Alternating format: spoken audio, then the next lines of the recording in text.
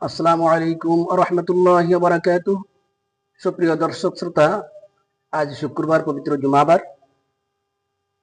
এই পবিত্র জুমাবারের অনেক আমল রয়েছে, আমরা অনেকে জানি।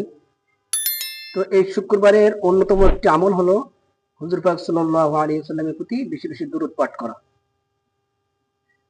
তা আমরা অনেকে জানি যে আর ইংরেজিতে একটা তারিখ শুরু হয় রাত 12টা থেকে নিয়ে, কিন্তু আমরা জানি না যে আরবি তারিখ কোন সময় থেকে শুরু হয়। শুক্রবারে আমল করতে গেলে তো সময়ের প্রয়োজন, যে এই সময় থেকে শুক্রবার শুরু হচ্ছে।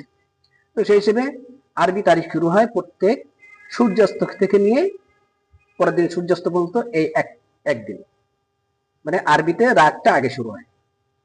তো সেই হিসেবে যদি শুক্রবারের আমল শুরু করতে হয়, তাহলে বৃহস্পতিবার দিন মাগরিব থেকে শুরু করতে হবে।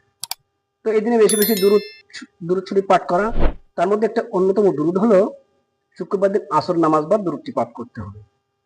তো দুরূদটি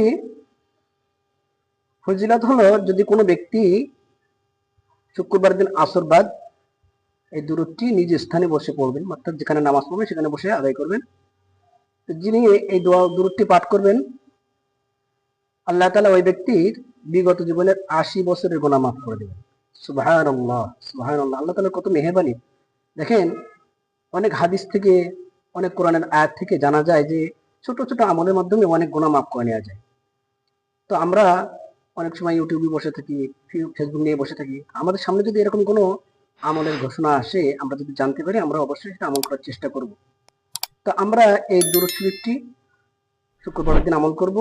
দুরূদ শরীফটি আমি পড়ছি, আল্লাহুম্মা সাল্লি আলা মুহাম্মাদিন নাবিয়্যিল উম্মি ওয়া আলা আলিহি ওয়া সাল্লিম তাসলিমা। আমি আবারও পড়ছি, আল্লাহুম্মা সাল্লি আলা মুহাম্মাদিন নাবিয়্যিল উম্মি ওয়া আলা আলিহি ওয়া সাল্লিম তাসলিমা। দুরূদ শরীফটি আমি স্ক্রিনে দিয়ে দিয়েছি। আপনারা যারা আরবি পড়তে পারেন, ভিডিওটি পাস করে এটা আরবিটা আপনারা পড়ে নিতে পারেন, মুখস্থ করতে পারেন, অথবা আমার এই ভিডিওটি রিপ্লে করে আপনারা এটা মুখস্থ করে নিতে পারেন। তো আমরা বেশি বেশি এই সমস্ত টুকটাক ছোট ছোট আমলগুলো করব। এই আমলগুলো করে আমরা আল্লাহ তাআলার কাছ থেকে আমাদের গুনাহকে মাফ করায় নিব।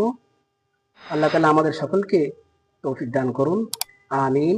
আসসালামু আলাইকুম ওয়া রাহমাতুল্লাহি ওয়া বারাকাতুহু।